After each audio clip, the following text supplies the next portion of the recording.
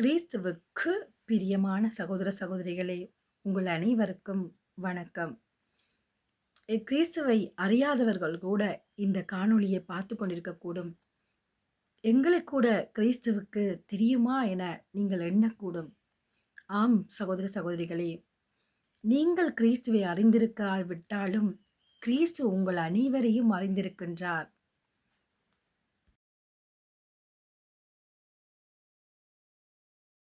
இயேசு கிறிஸ்து இந்த உலகத்துக்கு வந்து எங்களுக்கு அறிவிச்ச ஒரே ஒரு செய்தி, அது விண்ணக ராட்சியம். என்ன விண்ணக ராட்சியமா? எனக்கு சாகவே பிடிக்காது. விண்ணக ராட்சியத்தை பற்றி நான் ஒன்றும் அறிந்து கொள்ள வேண்டியதில்லை என நீங்கள் ஒதுக்கிவிடக்கூடும். ஒரு நிமிடம். இந்த உலகத்தில் யாருமே உயிருடன் இருக்கப் போவதில்லை. பிறப்பு எப்படி உண்மையானதோ, இறப்பும் ஒன்று நடந்தே தீரும். இறப்பு இல்லாத மனிதன் இந்த உலகத்தில் இல்லை என்பது நாம் அறிந்த உண்மை. அப்படி இருக்க, இறந்த பின் நாங்கள் எங்கே போக வேண்டும் என முடிவெடுக்க வேண்டிய கட்டாயம் உள்ளவர்களாக வாழும் நாட்களில் நல்லவற்றை செய்ய வேண்டிய தேவை நம்மிடம் கடமையாக உள்ளது. அவ்வாறு இருக்க, நன்மைகள் செய்தால் மட்டும் பரலோக ராஜ்யத்துக்குள் நுழைந்துவிட முடியுமா? சிந்திக்க வேண்டிய ஒன்றுதான்.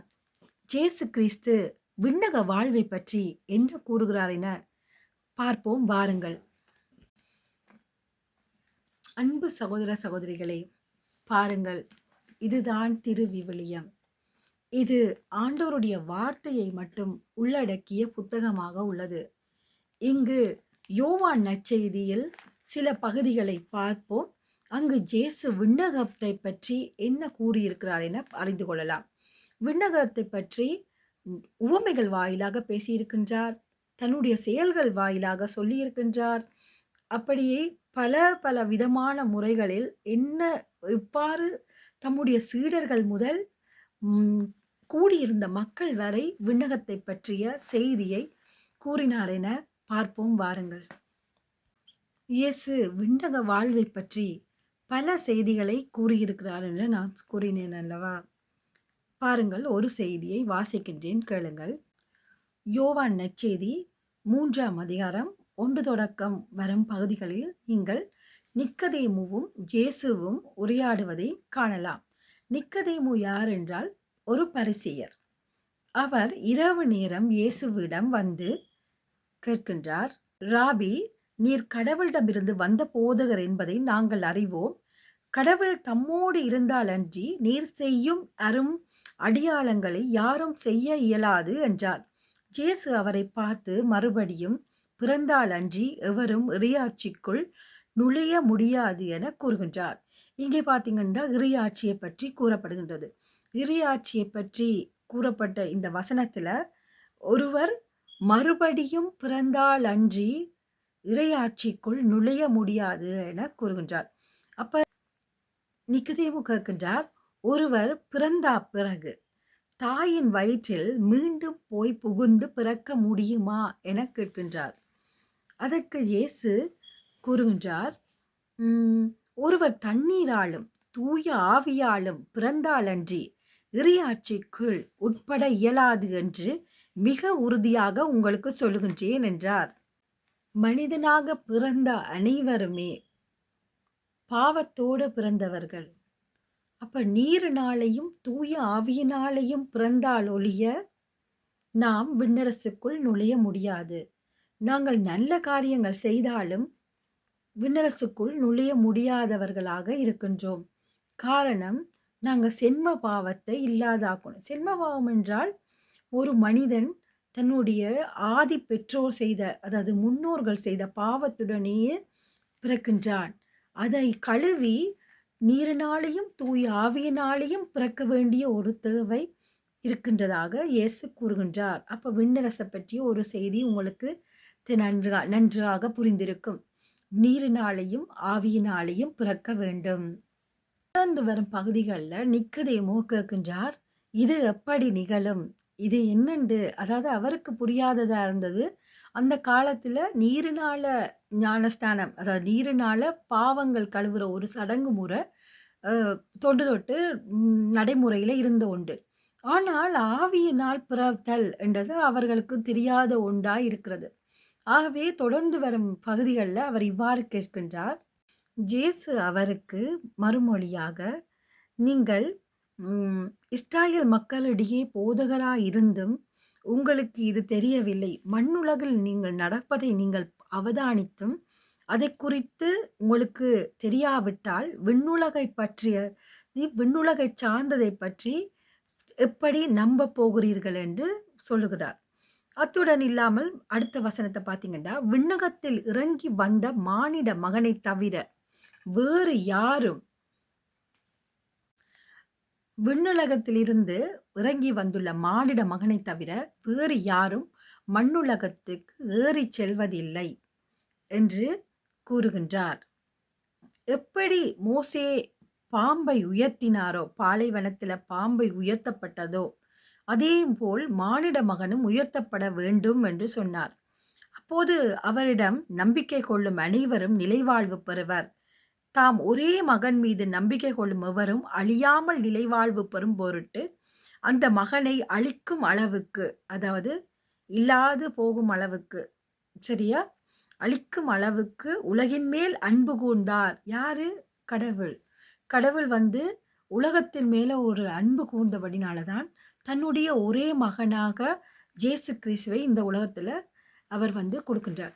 இயேசு கிறிஸ்து இந்த உலகத்துக்கு வந்து தன்னுடைய இரத்தத்தை சிந்தி, விலைமீற முடியாத இரத்தத்தை சிந்தி, எங்களுடைய பாவங்களுக்காக அவர் தந்தையிடம் மன்னிப்பு கேட்டது நிமித்தம் அவர் வந்து உயர்த்தப்பட்டார். இயேசு உயர்த்தப்பட்டார். யாராக? கடவுளாக உயர்த்தப்பட்டார்.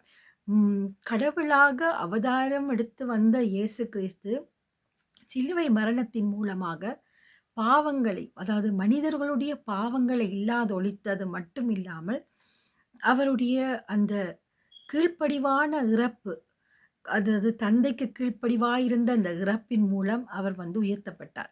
கடவுள் ஸ்தானத்துக்கு உயர்த்தப்பட்டார். மூவொரு கடவுளாக அவர் இருந்தபடினால தான். அதாவது தந்தை, மகன், தூய ஆவியில தந்தை மகனாக பிறந்து எங்களுடைய பாவத்துக்காக இறந்தார். அதாவது தன்னுடைய உயிரை கூட அவர் வந்து எங்களுடைய பாவத்துக்காக கொடுத்தார். அந்த ஒரு இறப்பு தான் நம்மை வந்து இந்த விண்ணக வாழ்வுக்கு எடுத்துக்கொண்டு கூட்டிக் கொண்டு போகிறதுக்கு ஒரு வழி, ஒரு படிக்கட்டு ஆக இருக்கின்றது. அதைத்தான் நீங்கள் இயேசுவை நம்பினால் நீங்க விண்ணகத்துக்கு செல்வீர்கள். இறப்பு எப்பவுமே உண்மையானது. அது நடந்தே தீரும். ஆனால் நீங்கள் இறக்காது நிலைவாழ்வோடு வாழ வேண்டுமென்று நீங்க விருப்பப்பட்டா, கிறிஸ்து அவனாக, கிறிஸ்து அவளாக மாறுங்கள். நிச்சயமாக நீங்க வானத்துக்கு செல்வீர்கள். ஆமீன். இன்னும் ஒரு பகுதிய வடிவா பார்த்துக்கொண்டு இந்த பகுதியை கடந்து செல்வோம். தம் ஒரே மகன் மீது நம்பிக்கை கொள்ளும் எவரும் அழியாமல் நிலைவாழ்வு பெறும் பொருட்டு அந்த மகனை அழிக்கும் அளவுக்கு கடவுள் உலகின் மீது அன்பு கூர்ந்தார். உலகிற்கு தண்டனை தீர்ப்பளிக்க அல்ல, தம் மகன் வழியாக அதை மீட்கவே கடவுள் அவரை உலகிற்கு அனுப்பினார். அவர் மீது நம்பிக்கை கொள்வோர் தண்டனை தீர்ப்புக்கு ஆளாவதில்லை. ஆனால் நம்பிக்கை கொள்வாதோர் ஏற்கனவே தீர்ப்பு பெற்று விட்டனர். ஏனெனில் அவர் கடவுளின் ஒரே மகனிடம் நம்பிக்கை கொள்ளவில்லை. தம் ஒரே மகனை அழிக்கும் அளவுக்கு கடவுள் மக்கள் மீது அன்பு கூர்ந்திருந்தார்.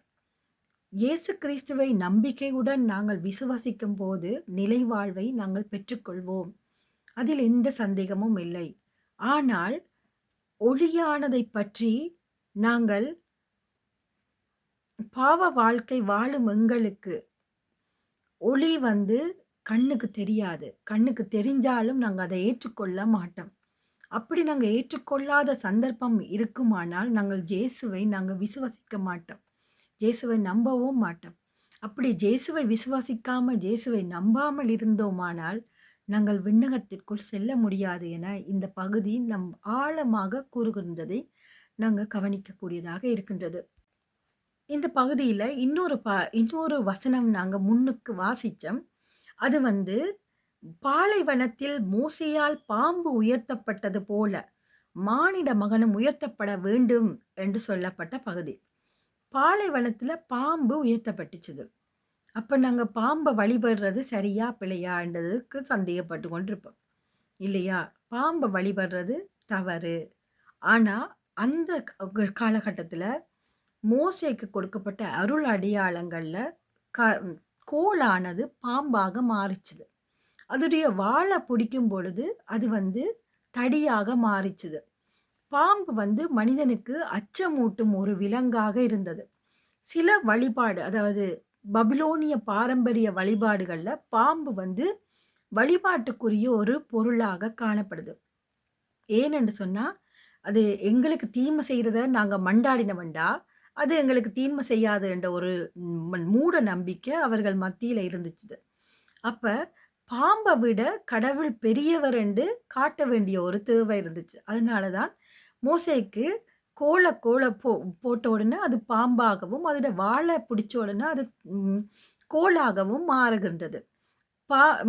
மோசேயும் பார்வோனிடம் போன பிறகு, அவர் வந்து தான் வந்து கடவுளிடமிருந்து வந்ததாகவும், கடவுளுடைய மக்கள கூட்டிக் கொண்டு போய் வழிபாடு செய்ய போறேன் என்று சொல்லி பெர்மிஷன் கேட்கின்றார். ஆனா, அங்க பார்வோனுடைய மனம் கடினப்படுது. அப்படி ஒண்ணும் போகலான்னு சொன்ன உடனே, இவர் என்ன செய்றாருன்னு சொன்னா, கோல விட்டெறிஞ்ச உடனே அது பாம்பா மாறுது. அந்த பாம்பு என்ன செய்யுதுன்னு சொன்னா, மந்திரவாதிகள் அங்க பார்வோனுடைய அரண்மனையில பல மந்திரவாதிகள் கூடியிருந்தார்கள். அந்த மந்திரவாதிகளும் தங்களுடைய கோல்களை எறிஞ்சு பாம்பாக மாற்றினார்கள் என் மந்திர வித்தையில. ஆனா, இந்த மோசே வைத்திருந்த கோல் என்ன செஞ்சுச்சுன்னு சொன்னா, எல்லா பாம்புகளையும் விழுங்கி விட்டது. விழுங்கின பிறகு மோசே அதோட வால பிடிச்ச உடனே அது மீண்டும் கோலாக மாறிச்சுது. சரியா?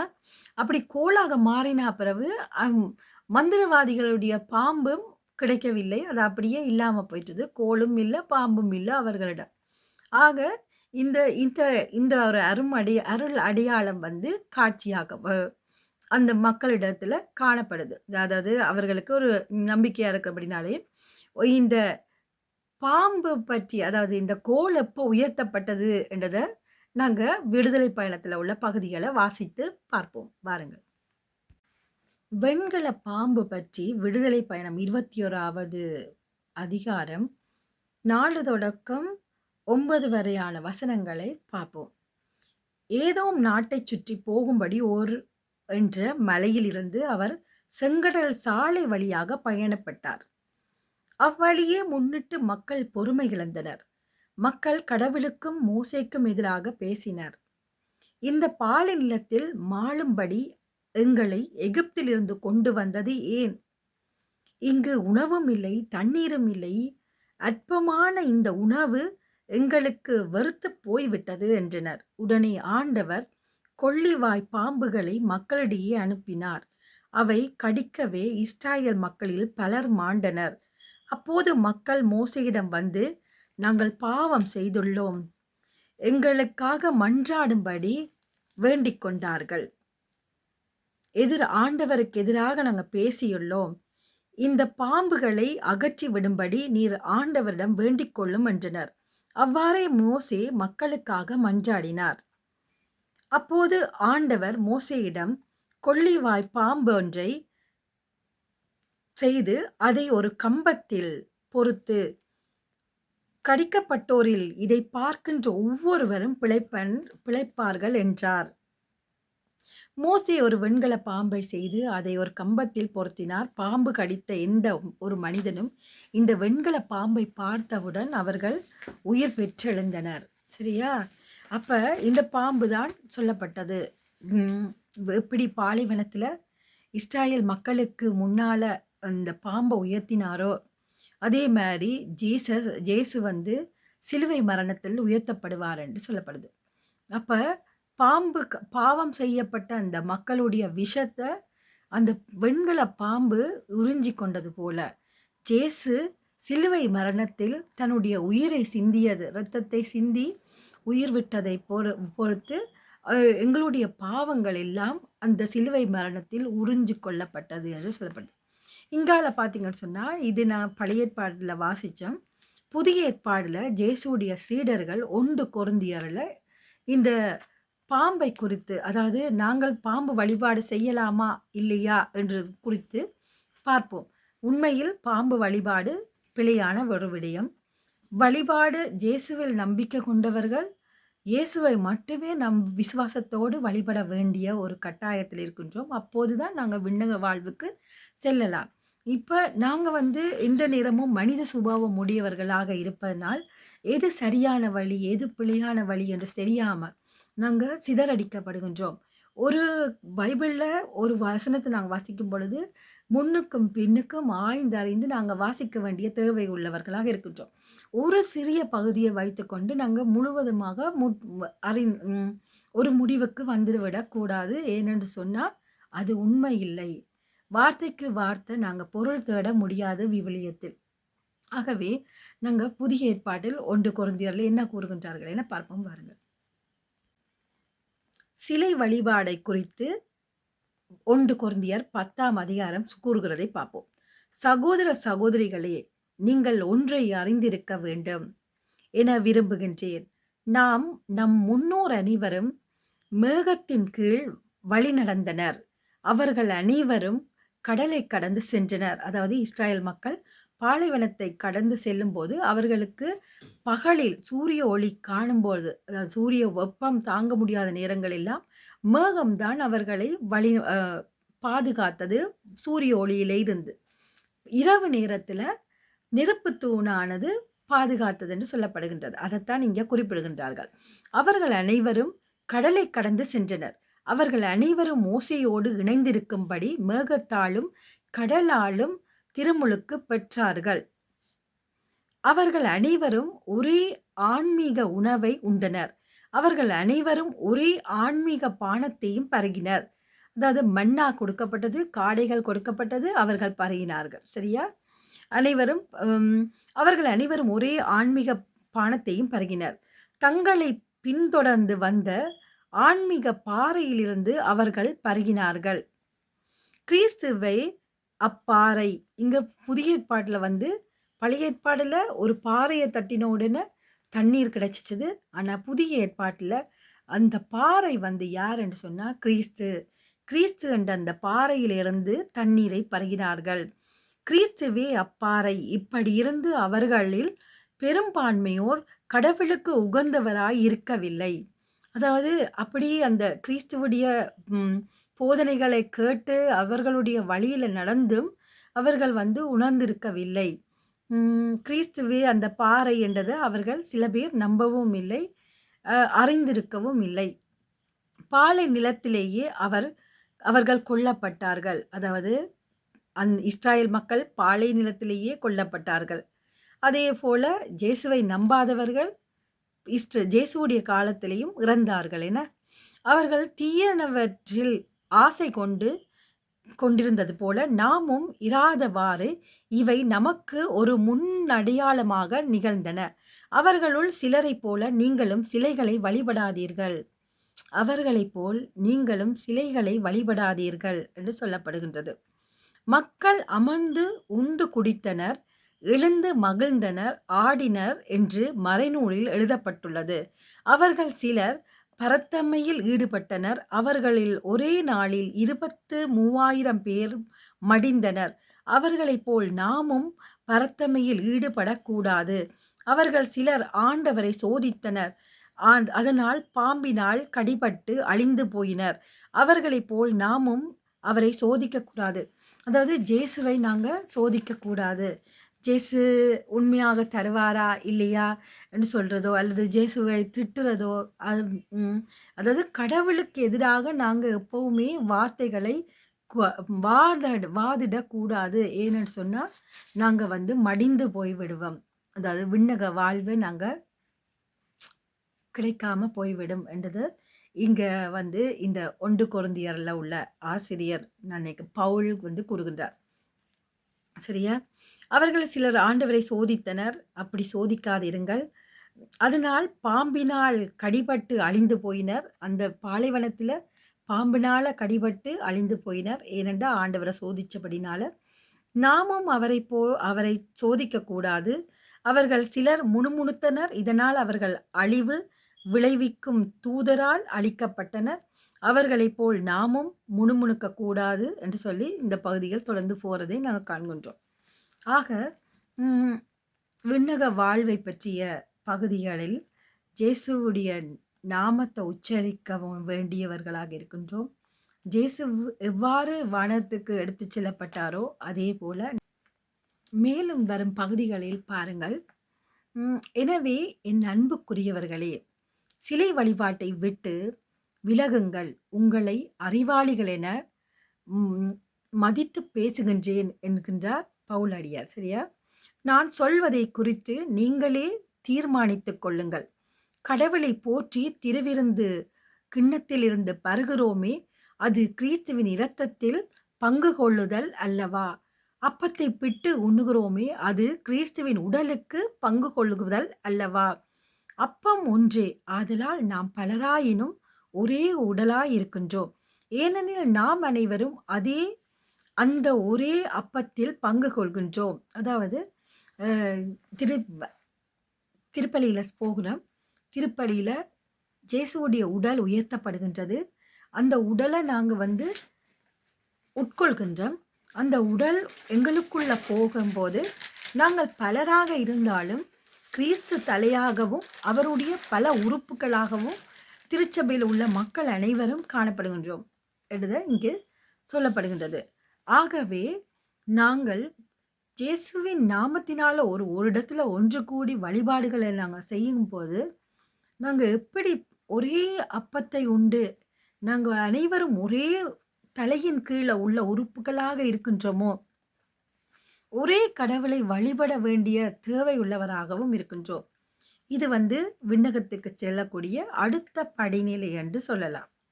அதாவது கிறிஸ்து நாங்கள் படைக்கப்பட்டதுகளை வழிபடக்கூடாது. படைக்கப்பட்டதுன்னு சொன்னா சுரு உருவங்கள் அல்ல. சிலைகளை வழிபடக்கூடாது. சுரு உருவங்கள் கண்ணுக்கு காணக்கூடிய ஒரு அடையாளங்கள் தான். அதாவது இந்த இந்த புனிதர் ஜேசுக்காக வாழ்ந்து மரித்தவர், அவர் விண்ணகத்துக்கு எடுத்துக் கொள்ளப்பட்டார் என்று சொல்லப்படுகின்றது. அப்படி ஒவ்வொரு சிலைகளும் உருவங்களும் எங்களுக்கு முன் உதாரணங்களாக இவர்கள் எல்லாம் வழிகாட்டிகளாக இருக்கின்றார்கள். ஆகவே நாங்கள் அங்கே வழிபாடு செய்வது கிடையாது. ஆனால் சிலைகளை வழிபடாது, அதாவது எங்களுக்கண்டு பலவிதமான கடவுள் தெய்வ வழிபாடுகளை நாங்கள் வச்சிருக்கின்றோம். அதாவது நாம் வாழும் சூழல்ல பலவிதமான மக்கள் வாழ்கின்றார்கள். அந்த பலவிதமான மக்கள்களும் வழிபடுகின்ற ஒரு வழிபாட்டு முறையை நாங்கள் பின்பற்றக்கூடாது. நான் ஏற்கனவே முன் கூறிய அந்த ஒரு பார்த்துருப்பீங்க. அதில் இறந்தவர்களிடம் குறி கேட்கிறது. அதுக்கு பிறகு மந்திரங்களை பார்க்கறது, ஜோதிடங்கள் பார்க்கறது, இப்படியான காரியங்கள் கடவுளை நம்பிக்கை இல்லாது செய்கின்ற காரியங்கள் ஆகும்.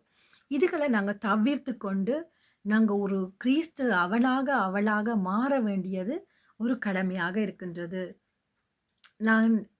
நீங்கள் அனைவரும் விண்ணக வாழ்வுக்கு ஒரு படிக்கல்லில் அடியெடுத்து வச்சிருக்கிறீங்களா இருந்தால் தயவு செய்து இயேசு கிறிஸ்துவின் நாமத்தினால உங்களுடைய பாவங்களுக்காக மன்னிப்பு கேட்டு மனம் வருந்தி மன்றாடுங்கள். அதோட நீங்கள் விண்ணகத்துக்கு செல்வதற்கான அது ஒரு படிநிலையாக இருக்கும். உங்களுடைய பழக்க வழக்கங்கள், பழைய பழக்க வழக்கங்கள், பாவ வாழ்க்கையில விட்டு புது வாழ்வை தேடி வாருங்கள். ஞானஸ்தானம் உங்களுக்கு கிறிஸ்தவர்களாக இருந்தால், கத்தோலிக்க கிறிஸ்தவர்களாக இருந்தால், அல்லது கிறிஸ்தவர்களாக இருந்தால் அவர்கள் எல்லாரும் ஞானஸ்தானம் பெற்றிருப்பார்கள். அதாவது சென்ம பாவத்தை களைகின்ற ஞானஸ்தானத்தை பெற்றிருப்பார்கள். பரிசுத்தாவியானவரை பெற்றிருப்பார்கள். இப்படி சில வழிபாடுகள், அதாவது சில சடங்குகளை நாங்கள் பெற்றுக்கொள்றது மூலம் கிறிஸ்து அவனாக மாறுகின்றோம். பாவ வாழ்க்கையிலிருந்து நாங்கள் விடுபடும் பொழுதே அது ஒரு அடையாளம் தான், சடங்கு முறை தான். தண்ணீர் தலையில் ஊற்றி நாங்கள் எங்களுடைய பாவங்களை கழுவுதல் ஒரு சடங்கு முறை. அதே மாதிரி கிறிஸ்மா தைலத்தை நெற்றியில் பூசி உறுதிப்படுத்தப்படுதல் அது ஒரு சடங்கு முறை. பரிசுத்தாவியானவரை பெற்றுக்கொள்ளும் சடங்கு முறை. அது வெளி வேடத்தில் அது ஒரு சடங்கு முறை. அதே நேரம் அந்த கடவுளிடம் ஒரு மனதோடு கடவுள நோக்கி மன்றாடி, நாங்க இயேசுவின் நாமத்தினால நாங்க கேட்கும் பொழுது, நாங்க அந்த அந்த திருவருட்சாதனத்தை பெற்றுக்கொள்கின்றோம். இயேசுவுடைய சீடர்களாக மாறுகின்றோம். விண்ணகத்துக்கு செல்கின்ற ஒரு படிக்கல்லாக அது மாற்றப்படுகின்றது. ஆகவே நீங்களும் இதை வந்து செய்து கொள்ள வேண்டும் என்று நான் கேட்டுக்கொள்கின்றேன். கிறிஸ்து இயேசுவுக்குள் அன்பு சகோதர சகோதரிகளே, உங்களுள் சிலர் என்னிடம் சில கேள்விகளை கேட்டு வந்தீர்கள். அதற்கு ஆன விளக்கமாக நான் இந்த பகுதிகளை உங்களுக்கு வாசித்து காட்டுகின்றேன். நீங்க கேட்ட கேள்வி, அதாவது அவர்கள் கேட்ட கேள்வி என்னடாண்டா, உயிர்த்தெழுந் உயிர் பெற்றெழுதல், அதாவது உயிர் பெற்றெழுதல்னா யார் உயிர் பெற்றெழுதல்? இயேசு கிறிஸ்து உண்மையாகவே உயிர் பெற்றெழுந்தாரா என்று தான் என்னிடம் கேட்டிருந்தார்கள். ஆமாம், உயிர் பெற்றெழுந்திருந்தால் நான் சொல்லவில்லை. அவர்களுடன் பயணித்த சீடர்கள் கூறியது. அதை விட இந்த 1 கொரிந்தியர் 15ஆம் அதிகாரத்தை நான் உங்களுக்கு வாசித்து காட்டப் போறேன். இந்த 1 கொரிந்தியர் 15, அதாவது கொரிந்தியர் புத்தகத்தை எழுதின விவிலிய ஆசிரியர், அதாவது விவிலிய ஆசிரியர் இல்ல, இந்த கொரிந்தியர் புத்தகத்துடைய ஆசிரியர் யாருன்னு பார்த்தீங்கன்னா சவுல். சரியா? இவர் வந்து யாருண்டா, அவரை பற்றிய சில குறிப்புகளையும் நான் இங்கே பார்ப்போம். சரியா? முதலாவது அவரை பற்றிய குறிப்புகளை பார்த்துட்டு, அடுத்ததாக அவர் வந்து இயேசுவை குறித்து என்ன சான்று பகர்ந்தாருன்னு பார்ப்போம். சரியா? நான் வாசிக்கின்றேன், கேளுங்கள். இதுக்கிடையில் சவுல் சீன்றெழுத்து ஆண்டவரின் சீடர்களை கொன்று விடுவதாக அச்சுறுத்தி வந்தார். தலைமை குருவை அணுகி, இந்த புதிய நெறியை சார்ந்த ஆண் பெண் யாரா இருந்தாலும், அதாவது இயேசுவை பின்பற்றுகின்ற சீடர்கள் பெருகி போனார்கள். அவ்வாறு பெருகி போனதால பவுல் வந்து என்ன நினைக்கிறாருண்டா, தன்னுடைய மதத்துல, அதாவது தான் இவ்வளவு காலமும் விசுவாசிச்ச மதத்தை தவிர இது ஒரு புது மதம் ஒன்று உருவாகி கொண்டிருக்குது, இதை நான் முதலே தவிர்த்து விடணும், தடுத்து நிறுத்தணும்னு சொல்லி தலைமை குருக்கள்கிட்ட போயிட்டு ஒரு பெர்மிஷனை வாங்கி கொண்டு வாரார். அந்த பெர்மிஷனின் படி இந்த நெறியை அதில் உள்ள ஆண்கள் பெண்கள் எல்லாரையும் கைது செய்து விட வேண்டும் என்று அவர் வந்து முடிவெடுக்கின்றார். அதுக்கப்புறம் என்ன பகுதி என்று பாருங்க. தமஸ்கு நகரில் உள்ள தொழுகை கூடங்களுக்கு கடிதங்களை கேட்டு வாங்கினார். இவ்வாறு அவர் புறப்பட்டு சென்று தமஸ்குவை நெருங்கிய போது திடீரென வானத்திலிருந்து தோன்றிய ஒரு ஒளி அவரை சூழ்ந்து வீசியது. அது தரையில் விழ, அந்த ஒளி வந்து தரையில் விழ, சவுலே சவுலே ஏன் என்னை துன்புறுத்துகின்றாய் என்று தம்மோடு பேசும் குரல் ஒன்றை கேட்டார். சரியா? அதாவது இவர் போறார், தமஸ்கு நகருக்கு போறார். போற வழியில தான் ஒரு குரல் ஒலியை கேட்கின்றார். அவர் அந்த குரல் ஒலி என்ன சொல்லுதுண்டா, சவுலே சவுலே ஏன் என்னை துன்புறுத்துகின்றாய் என்று. தம்மோடு பேசும் குரலை கேட்டவர் அதற்கு அவர், ஆண்டவரே நீர் யார்? அதாவது இந்த இடத்துல பார்த்தீங்கன்னு சொன்னா, அவருக்கு வந்து முன்பின் இயேசுவ தெரியாது. ஆனாலும் அவர் சொல்றார், ஆண்டவரே நீர் யார்? இங்க தான் நாங்க பார்க்கணும் தூய ஆவியானவரோட அபிஷேகத்தை. தூய ஆவியானவர் உள்ளத்துல இருந்து எங்களுக்கு இயேசுவை பற்றிய ஞானத்தை கொடுப்பார். சிலர் வந்து பழகிய பழக்கங்களாலேயும் நம்பிக்கைகளாலேயும் அதை விட்டு வர முடியாம நாங்க ஒரு வைராக்கியத்தோட இருக்கும் பொழுது, இந்த தூயாவியானவரோட தூண்டுதலை எங்களுடைய மனம் வந்து ஏற்றுக்கொள்ள மறுக்கின்ற சந்தர்ப்பத்தில் எங்களால் இயேசுவை அடையாளம் காண முடியாம போகும். ஆனா இந்த இடத்துல, அந்த இடத்துல யாருமே இல்லை, ஒரு பெரிய ஒரு வெளிச்சம் கொண்டு வருது. அந்த ஒளியை இவர் கண்ட உடனே இவர் வந்து உள் மனதிலிருந்து தூண்டப்படுற வார்த்தையை உச்சரிக்கின்றார். அந்த வார்த்தை தான் என்னது, ஆண்டவரே நீர் யார் என கேட்டார். ஆண்டவரும், நீ துன்புறுத்தும் இயேசு நானே என்று சொன்னார். அதாவது நீ துன்புறுத்துகின்ற இயேசு நானே. இது எப்ப நடக்குதுன்னு சொல்லி பார்த்தீங்கன்னு சொன்னா, 1ஆம் நூற்றாண்டுல பிறக்கிற இயேசு 33வது வருஷம் அவர் வந்து சிலுவை மரணத்தை தழுவி அவர் இறந்துட்டார். 50வது நாள் வந்து பெந்தகோஸ்து அபிஷேகம் கிடைச்ச பிறகு நற்செய்தி வந்து பறைசாற்றப்படுகின்றது. சீடர்கள் அனைவரும் கிறிஸ்தவ மதத்தை பரப்புகின்றார். கிறிஸ்துவை பற்றி சான்று பகர்கின்றார்கள். தங்களோடு வாழ்ந்தவர் வந்து உயிர்த்திட்டார். அவர் வந்து இருக்கும்போது சொன்னவர் விண்ணக வாழ்வை பற்றி பறைசாற்றி இருந்தார். நீங்களும் அவர விசுவாசிச்சீங்கன்னு சொன்னா, நீங்களும் விண்ணகத்துக்கு போகலாம். உ அவர்தான் உண்மையான கடவுள். அவர் இருக்கும்போது இத்தன விதமான புதுமைகளை செஞ்சிருந்தார் என்று சொல்லி அவர்கள் பறைசாற்றுகின்றது நாங்க பார்க்கின்றோம். அப்படி அந்த பறைசாற்றி அதாவது அவருக்கு சொல்லிக் கொண்டு போறபோது தான், இந்த சவுல் வந்து ம் ம் மிஸ் அண்டர்ஸ்டாண்டிங் பண்றார். அதாவது தவறுதலாக புரிந்து இயேசுவ ஃபாலோ பண்ற சீடர்களுக்கு எதிராக செயல்படுறத காண்றோம். அப்பதான் இயேசு அவர் வந்து நேருக்கு நேராக சந்திக்கின்றார். சரியா? அப்ப இயேசு சொல்றார், "நான் தான் அந்த இயேசு" என்று சொன்ன உடனே, இவர் என்ன செய்றாருண்டா, தம்மோடு பேசும் குரலைக் கேட்டார். அதற்கு அவர், "ஆண்டவரே நீர் யார்?" எனக் கேட்டார். ஆண்டவர், "நீ துன்புறுத்தும் இயேசு நானே. நீ எழுந்து நகருக்குள் செல். நீ என்ன செய்ய வேண்டும் என்பது அங்கே உனக்குச் சொல்லப்படும்" என்றார். சரியா? அப்படின்னு சொன்னா, ஒவ்வொருத்தர குறிச்சும் ஆண்டவர் வந்து ஒரு ஒரு திட்டத்த வச்சிருக்கின்றார்.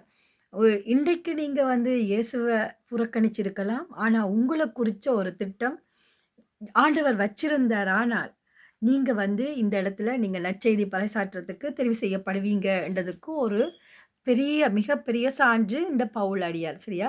ஏன்னா, பவுலுடைய பயணம் தான் பைபிள்லேயே பெரிய பகுதிகளா அதாவது ஒரு பரிசுத்தாவியானவருடைய அபிஷேகம் கிடைக்கப் பெற்றா பிறகு, கடை எல்லை வரையும் கிறிஸ்தவ மதத்த பரப்பினது பவுலடியார் என்று சொல்லப்படுகின்றது. சரியா? அதுக்கு பிறகும் இன்றைக்கும் வேத ம் வேதத்தை பேணி பாதுகாக்கின்ற அதாவது அ அதாவது வலுவாத நிலையில கிறிஸ்தவ மதத்த இன்று வரைக்கும் வழிநடத்திக் கொண்டு போகின்ற பல பல ஃபாதர்களை நீங்க பார்ப்பீங்க. அது வந்து திருச்சபையில உள்ள ஃபாதர்ஸ்.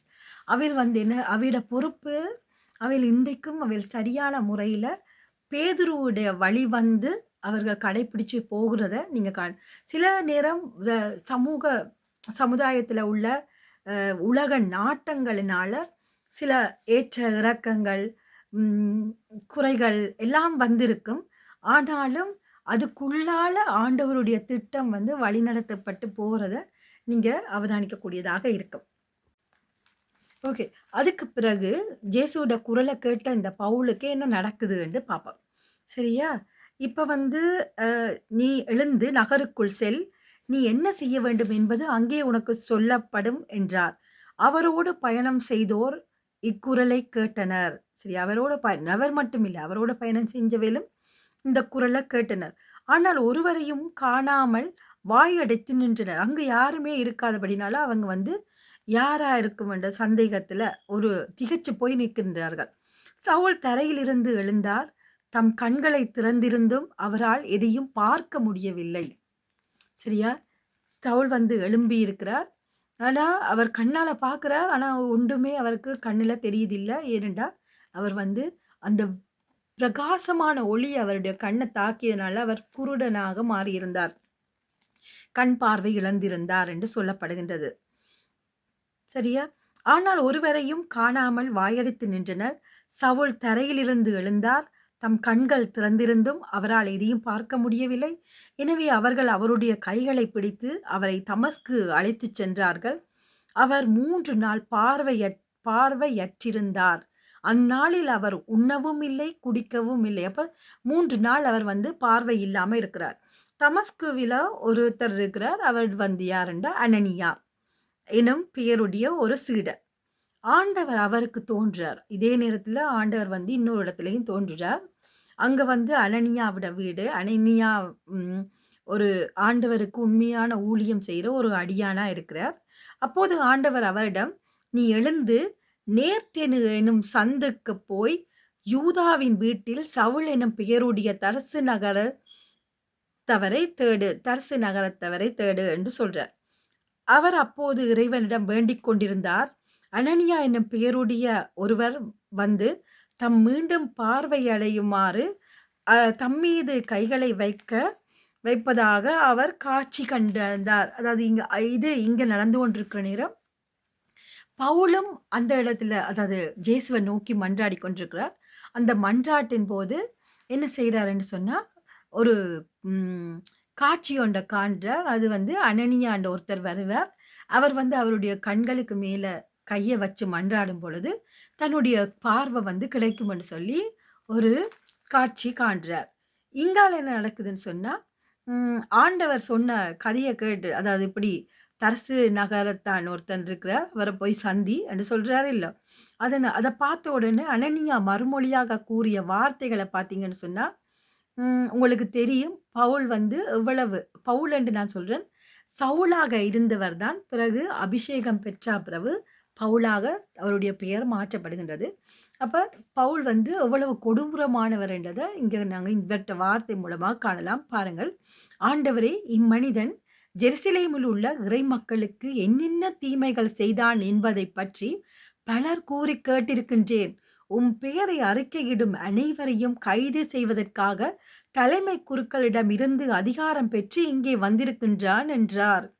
அப்படி என்று பார்த்தீங்களா? அனனியா சொல்றார், இந்த மனிதன் வந்து கிறிஸ்தவர்கள் என்று சொன்னாலே கைது செய்யறதுக்கு ஒரு பெரிய ஒரு விசேடமான ஒரு பெர்மிஷனை வாங்கி கொண்டு வந்திருக்கின்றார். அவன்கிட்ட நான் என்னண்டு போய் முன்னுக்கு நிற்கிறது என்றது மாதிரி அவர் வந்து கேட்கிறார். சரியா? அப்ப என்ன நடக்குதுன்னு பாருங்க. அதற்கு ஆண்டவர் அவரிடம், நீ சொல். அவர் பிற இனத்தவருக்கும் அரசருக்கும் இஸ்ராயேல் மக்களுக்கு முன்பாக எனது பெயரை எடுத்துச் செல்ல நான் தேர்ந்தெடுத்து கொண்ட கருவியாய் இருக்கின்றார் என்று. அப்ப ஆண்டவருடைய தேர்வு எப்படி இருக்குன்னு பார்த்தீங்களா? யாரு வந்து கடின இதயம் கொண்டு இல்லாத ஒழிக்க நினைக்கின்றார்களோ அந்த ஆளை ஆண்டவர் தெரிவு செய்கின்றார் என்றது இந்த இடத்துல நாங்க பார்க்கக்கூடியதா இருக்குது. அதோட அப்படி அந்த ஆண்டவருடைய அவருடைய அவர் ஆண்டவருக்கான செயல் வந்து எப்படி இருக்குதுன்னு சொன்னா, எல்லாருக்கும் அதாவது என்ன சொல்லப்பட்டிருக்குன்னு பாருங்க. திரும்பவும் வாசிக்கிறேன். பிற இனத்தவருக்கும் அரசருக்கும் இஸ்ராயேல் மக்கள் முன்பாக எனது பெயரை இஸ்ராயேல் முன்பாக, அதாவது இவர் ஒரு யூதர், பெஞ்சமின் குலத்தைச் சேர்ந்தவர். அப்படி இருக்க யூதர்களுடைய எல்லா சட்ட நூல்களையும் படித்து தெரிஞ்ச ஒருத்தர். மீண்டும் அவர் போய் நான் இயேசுவுக்காக சாட்சி பகரப் போகின்றேன் என்று சொல்லி அந்த அரசர்கள், அந்த குருக்கள், தலைவர்கள், பரிசேயர்கள் எல்லாருக்கும் முன்னாலேயும் சான்று பகர்றதுக்காக ஆண்டவரால் தெரிவு செய்யப்பட்ட கருவி என்று சொல்றார். சரியா? அப்ப ஆண்டவருடைய கருவியா தெரிவு செய்யப்பட்ட இந்த பவுல் தான் அடுத்த வழிகாட்டியா இருக்க போறார். சரியா? என்றதை இங்க சொல்ல சொல்லி அனனியாவுக்கு கட்டளையிடுகின்றதை நாம் காண்கின்றோம். தொடர்ந்து வரும் பகுதிகளில் பார்த்தீங்கன்னு சொன்னா, இந்த நற்செய்தி பணி, அதாவது எங்களுக்கு கொடுக்கப்பட்ட நற்செய்தி பணி வந்து ஒரு கடவுளால் வழங்கப்பட்ட பணியா இருந்தாலும், இந்த பணி வந்து மிகவும் இலகுவான பணி கிடையாது. அது வந்து மிகவும் பாரமுடைய பணி, கஷ்டமான பணி என்றதை நாங்க வரும் பகுதிகளில் பார்க்கலாம். ஏன்னு சொன்னா, இப்ப நாங்க ஒருத்தர எதிர்த்து, அதாவது கிறிஸ்துவ பற்றி நாங்க சொல்லப் போறோம். கிறிஸ்துவுக்கு பிடிக்காத ஒருத்தருக்கு. அப்ப அவையில ஏற்றுக்கொள்வினமாங்கள? ஏற்றுக்கொள்ள மாட்டினோம். அப்ப அவையில என்ன செய்வினம்? எங்கள வந்து கொலை செய்யவோ, அல்லாட்டிக்கு ஏதாவது இல்லாத ஒழிக்கவோ பாப்பினம். அதத்தான் இங்க சொல்லப்படுது பாருங்க. என் பெயரின் பொருட்டு அவர் என்னை துன்புற வேண்டும் என்பதை நான் அவருக்கு எடுத்துக் காட்டினேன். சரியா? என் பெயரின் பொருட்டுண்டா இங்க வந்து இயேசுவின் பெயரின் பொருட்டு அவர் என்று சொல்லப்படுது பவுல் வந்து துன்புறப்பட வேண்டிய ஒருவர் என்றதை இங்கு காட்டினேன் என்று சொல்றார். இயேசு சொல்லுனவராம் என்று சொல்றார். ஆனா நீ அங்கிருந்து போய் அந்த வீட்டுக்கு சென்று கைகளை அவர் மீது வைக்கவே, சகோதரர் சவுலே, நீர் வந்த வழியில் உமக்கு தோன்றிய ஆண்டவராகிய இயேசு நீர் மீண்டும் பார்வையடைய தூய ஆவியால் ஆட்கொள்ளப்படவும் என்னை உம்மிடம் அனுப்பியுள்ளார் என்று சொல்றார். அப்ப இங்க வந்து பாத்தீங்கன்னா பரிசுத்தாவியானவருடைய 3வது வருகை, அதாவது பிதா, சுதன், பரிசுத்தாவி என்று சொன்னேன். அந்த பிதா ஆண்டவராக இருக்கின்றார். அவருடைய மகன் சுதனாக இந்த உலகத்துக்கு வந்தவர். நமக்கு கண் முன்னால தெரிஞ்ச ஒரு கிறிஸ்துவா இருக்கிறார், இயேசு கிறிஸ்துவா இருக்கிறார்.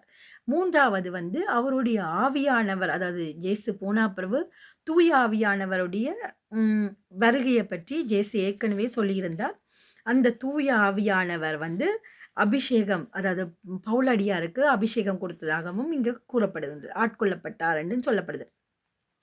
உடனே அவருடைய கண்களில் இருந்து செதில்கள் போன்றவை விழவே அவர் மீண்டும் பார்வையடைந்தார்.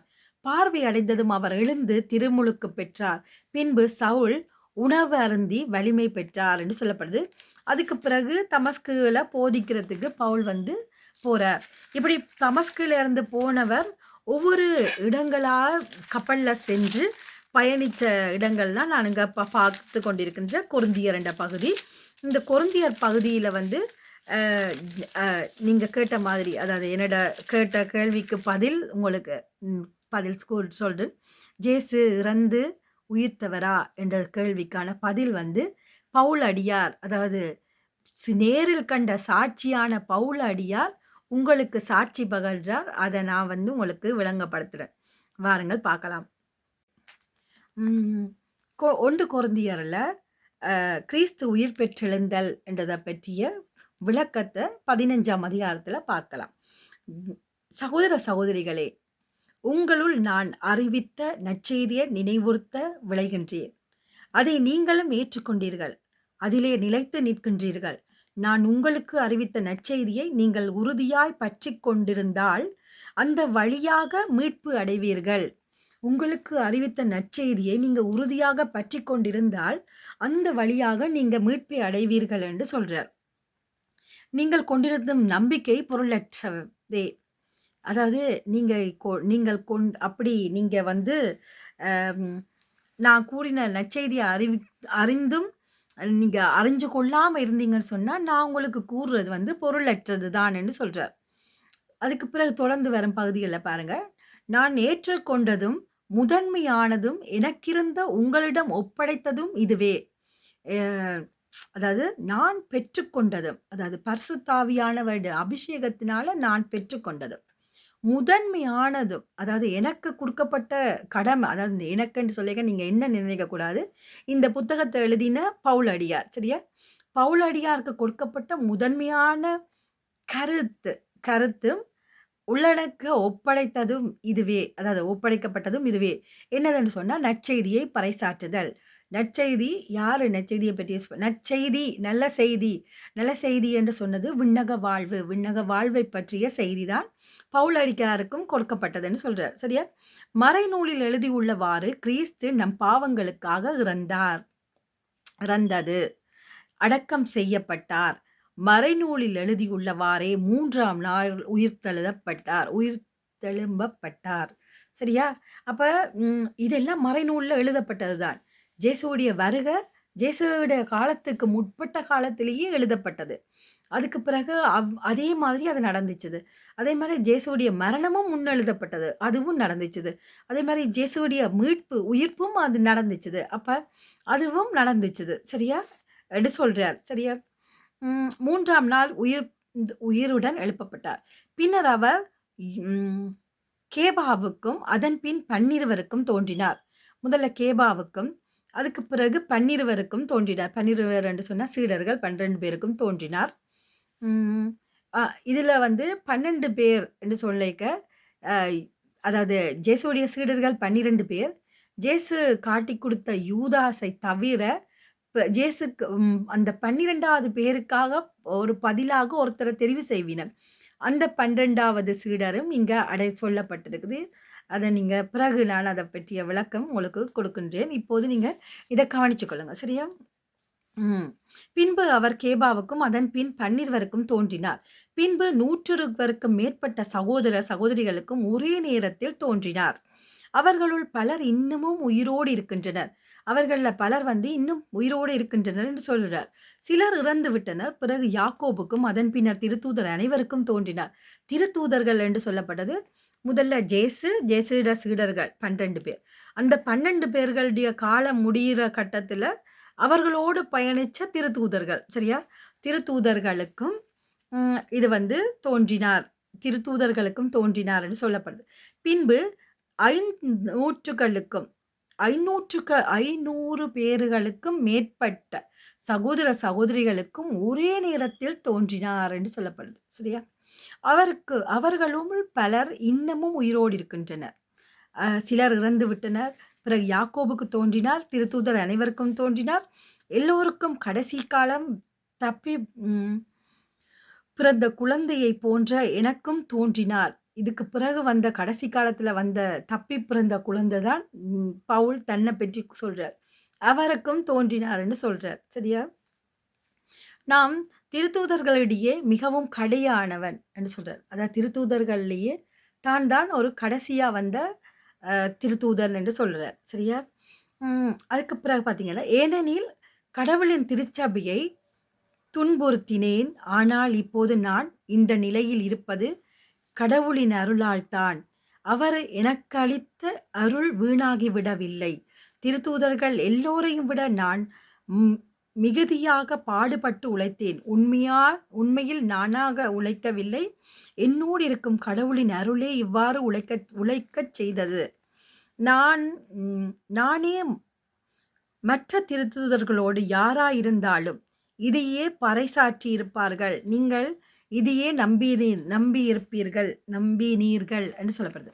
அதாவது நான் மட்டும் இல்லை, என்ன மாதிரி இந்த இடத்துல எனக்கு பதிலாக வார இன்னொருத்தர் வந்தாலும் இதைத்தான் செஞ்சிருப்பினம் அப்படின்னு சொல்றார். அதாவது என்ன சொன்னார்ண்டா, ஜேசு உயிர் பெற்றெழுந்தார். யாருக்காக பாடுபட்டு மரணம் அடைஞ்சாருண்டா, எங்களுடைய பாவங்களுக்காக. பாவத்துக்காக மரணம் அடைஞ்சு மீட்டு எழுந்தார். அதாவது உயிர் பெற்றெழுந்தார்.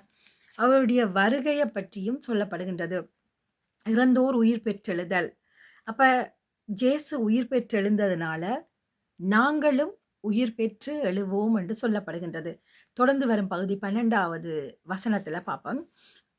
இறந்த கிறிஸ்து உயிருடன் எழுப்பப்பட்டார் என அறிவிக்கப்பட்டிருக்க, உங்களுள் சிலர் இறந்தோர் உயிர்த்தெழுவதில்லை என சொல்வது ஏன்? இப்ப நீங்க என்னோட வழக்காடின அதே வார்த்தைய பவுல் அடியார் உங்களுக்கே சொல்லுறார் பாருங்க. இறந்த கிறிஸ்து உயிருடன் எழுப்பப்பட்டார் என அறிவிக்கப்பட்டிருக்க, உங்களுள் சிலர் இறந்தோர் உயிர்த்தெழுவதில்லை என சொல்வது ஏன் என்று கேட்கின்றார். சரியா? இறந்தோர் உயிர்த்தெழ மாட்டார் எனில் கிறிஸ்துவும் உயிருடன் எழுப்பப்படவில்லை என்றாகிவிடும். கிறிஸ்து உயிருடன் எழுப்பப்படவில்லை என்றால் நாங்கள் பறைசாற்றும் நற்செய்தியும் நீங்கள் கொண்டிருக்கின்ற நம்பிக்கையும் பொருளற்றதாக விடும் என்று சொல்றார். நாங்கள் கடவுளின் சார்பில் பொய்ச்சான்று பகர்வோர் ஆவோம் என்று இறந்தோர் உயிருடன் எழுப்பப்படவில்லை என்றால், கடவுள் உயிர்த்தெழச் செய்யாத கிறிஸ்துவை கடவுள் தன் உயிர்த்தெழச் செய்தார் என்று சான்று பகரும் போது கடவுளுக்கு எதிராக சான்று பகர்கின்றோம் அல்லவா என்றார். சரியா? அதாவது கிறிஸ்து உயிர்த்தெழுந்தார், கிறிஸ்து உயிர்த்தெழுந்தார் தான் என்று சொல்லி நான் சான்று பகர்றேன். அப்படி நீங்க சொல்ற மாதிரி அவர் உயிர்த்தெழுவியல அப்படின்னு சொல்லி நீங்க எனக்கு கூட வாதாடுறீங்களா இருந்தா, நான் சொல்ற இந்த நற்செய்தி பிழையானதாகிவிடும். உயிர்த்தெழாத ஒருத்தரை உயிர்த்தெழுந்ததாக சொல்லி ஆண்டவருக்கு எதிரான பாவத்தை நான் கட்டிக்கொள்றேன் இல்லையா அப்படின்னு சொல்றார். இறந்தோர் உயிருடன் எழுப்பப்படுவதில்லை என்றால் கிறிஸ்துவும் உயிருடன் எழுப்பப்படுவதில்லை என்றாகிவிடும். கிறிஸ்து உயிருடன் எழுப்பப்படவில்லை என்றால் நீங்கள் கொண்டிருக்கும் நம்பிக்கையும் பயனற்றதாகிவிடும். நீங்கள் இன்னமும் உங்கள் பாவங்களில் வாழ்பவர்களாகி விடுவீர்கள் என்று சொல்றார். நீங்க உங்களோட பாவ வாழ்க்கையில இன்னும் வாழ்ந்து கொண்டிருக்கின்றீர்கள் ஆகிவிடும். ஏன்னா நீங்க உயிரோட எழுப்பப்பட மாட்டீங்கன்ற ஒரு விசுவாசம் உங்கள்கிட்ட இல்லாட்டிக்கு நீங்க பாவ வாழ்க்கை வாழ்ந்து விடுவீர்கள் என்று சொல்றார். அப்படியானால் கிறிஸ்துவிடம் நம்பிக்கை கொண்டு இறந்தவர்களும் அழிவுக்குள்ளாவார்கள். கிறிஸ்துவுடன் நம்பிக்கை கொண்டு இறந்தவர்கள், கிறிஸ்துவோட நம்பிக்கை கொண்டு இறந்தவர்கள் என்றால் கிறிஸ்துவோட நான் மீட்படைவன், நான் உயிர்த்தெழுவன், ஜேசு சொன்னவர் எனக்கான வீட்டை ஆயத்தப்படுத்தி வச்சிருக்கின்றார், வலது பக்கத்துல நான் நல்ல கள்ளன் கேட்கின்றான், நான் உம்மோட வரணும்னு சொல்லி. அப்ப ஜேசு சொல்றார், இன்றைக்கு நீ வான் வீட்டுல எனக்கு பக்கத்துல இருப்பேன்னு சொல்றார். அப்ப அந்த கள்ளனுடைய நம்பிக்கையும் வீணாகிவிடும் இல்லையா? சரியா? அது கள்ளன் மட்டும் இல்லை, பல பேர் இறந்தார்கள். எல்லாருமே ஜேசுவோட உயிர்த்தெழுவோம், விண்ணக வாழ்வை பற்றிய நம்பிக்கையோடு இறந்தவர்கள். அப்படி இறந்தவர்கள் அனைவருடைய நம்பிக்கையுமே வீணாகிவிடுமே என்று சொல்லி பவுல் அடியார் கூறுகின்றார். தொடர்ந்து வரும் பகுதிகளை வாசிக்கிறேன், கேளுங்க. ஆனால் இப்போதே தொடர்ந்து வரும் பகுதிகளில் ஆனால் இப்போதே இறந்த கிறிஸ்து உயிருடன் எழுப்பப்பட்டார். அவரே முதலில் உயிருடன் எழுப்பப்பட்டார். அது அனைவரும் உயிருடன் எழுப்பப்படுவார் என்பதை உறுதிப்படுத்துகின்றது. ஒரு மனிதர் வழியாக சாவு வந்தது போல ஒரு மனிதர் வழியாகவே இறந்தோர் உயிர்த்தெழுகின்றனர். சரியா? ஆதாமை முன்னிட்டு அனைவரும் சாவுக்குள்ளானது போல் கிறிஸ்துவை முன்னிட்டு அனைவரும் உயிர் பெறுவர். ஒவ்வொருவரும் அவரவர் முறை வரும்போது உயிர் பெறுவர். கிறிஸ்துவே முதலில் உயிர் பெற்றார். அடுத்து கிறிஸ்துவில் வருகையின் போது அவரை சார்ந்தோர் உயிர் பெறுவர். அதன் பின்னர் முடிவு வரும். அப்போது கிறிஸ்து ஆட்சியாளர் அதிகாரம் செலுத்துவார். வலிமையுடையோர் ஆகிய அனைவரையும் அழித்து விடுவார். தந்தையாகிய கடவுளிடம் ஆட்சியை ஒப்படைப்பார். எல்லா பகைவரையும் அடிபணிய வைப்பார் என்று சொல்லப்படுகின்றது. சரியா? அப்ப இதிலிருந்து என்ன தெரியுதுன்னு சொன்னா, கிறிஸ்துவுடைய வருகை சமீபமாக இருக்கின்றது. நம்பிக்கையோடு இருக்கின்றவர்களை விண்ணகத்துக்கு நீங்க செல்லுவீர்கள். நம்பிக்கையை தளர விடாதீர்கள். இயேசுவின் நாமத்தினால உங்களுடைய விசுவாசத்தோட நீங்க கேட்கின்ற ஒவ்வொரு விண்ணப்பமுமே கேட்கப்படும். நீங்க என்ன பாரதூரமான வேண்டுதல் நீங்க கேட்டிருந்தாலும் அந்த வேண்டுதல் உங்களுக்கு கிடைக்கப்படும். ஆகவே இயேசுவின் நாமத்தினால இந்த நிமிடத்துல நீங்க வேண்டுகின்ற வேண்டுதல் அனைத்தையும் பெற்றுக்கொண்டவர்களாக விசுவாசியுங்கள். ஆமீன்.